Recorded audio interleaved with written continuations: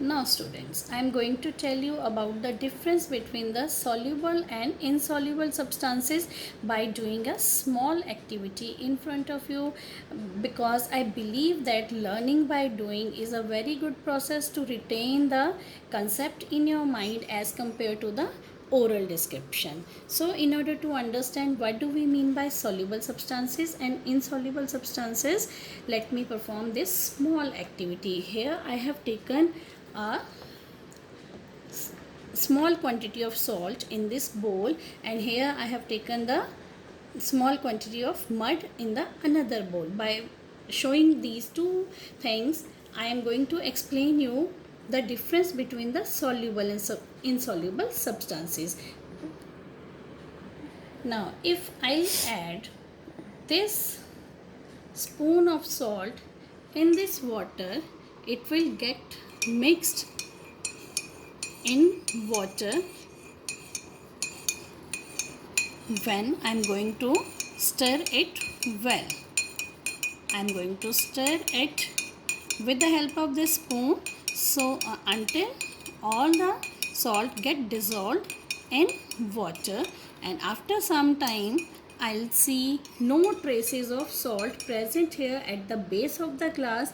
From here it is very much clear that salt is soluble in water, and the substances that get dissolved in water, they are known as soluble substances. And the another example of the soluble substance is sugar.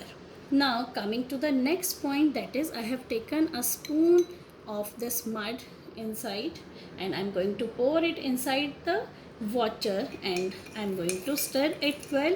After some time I'll see the few of the particles of this mud will get mixed with water, but if I stop stirring it, after some time these mud particles will settle down at the bottom of water, because they are insoluble in water, and the lighter particles which are present in the mud, they start floating on the top of the surface. So the substances which do not dissolve in water, they are known as insoluble substances, and it means that they are not water loving substances, and they will get settled at the bottom. Here we can see the level of the water from here, and we can see the settled particles of mud at the bottom of this glass. In the same way, this eraser, if I will try to dissolve it inside the water, again it will not get dissolved in water, because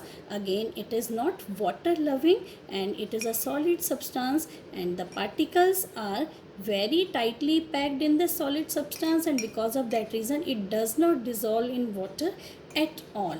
One more example of a insoluble substance I can give you. Here I have taken a can of oil, and if I'll put few drops of oil inside the water, what do we observe? We will see a layer of layer of oil floating on the water. It will not get dissolved in water, because again it is not water loving, or it will not get dissolved in the water. And you can perform this experiment at your home also. It is very easy and simple to find out the difference between soluble and insoluble substances, and hope from this activity this difference is very much clear to all of you, and hope you have enjoyed this by doing over here, and you can perform in front of your parents also. And from this activity, the concept of insoluble and insoluble substances is very much clear to all of you, as well as the concept of solute and solvent is also get cleared from these two examples, that is salt and mud, these are the solute, and this liquid water is the example of solvent. So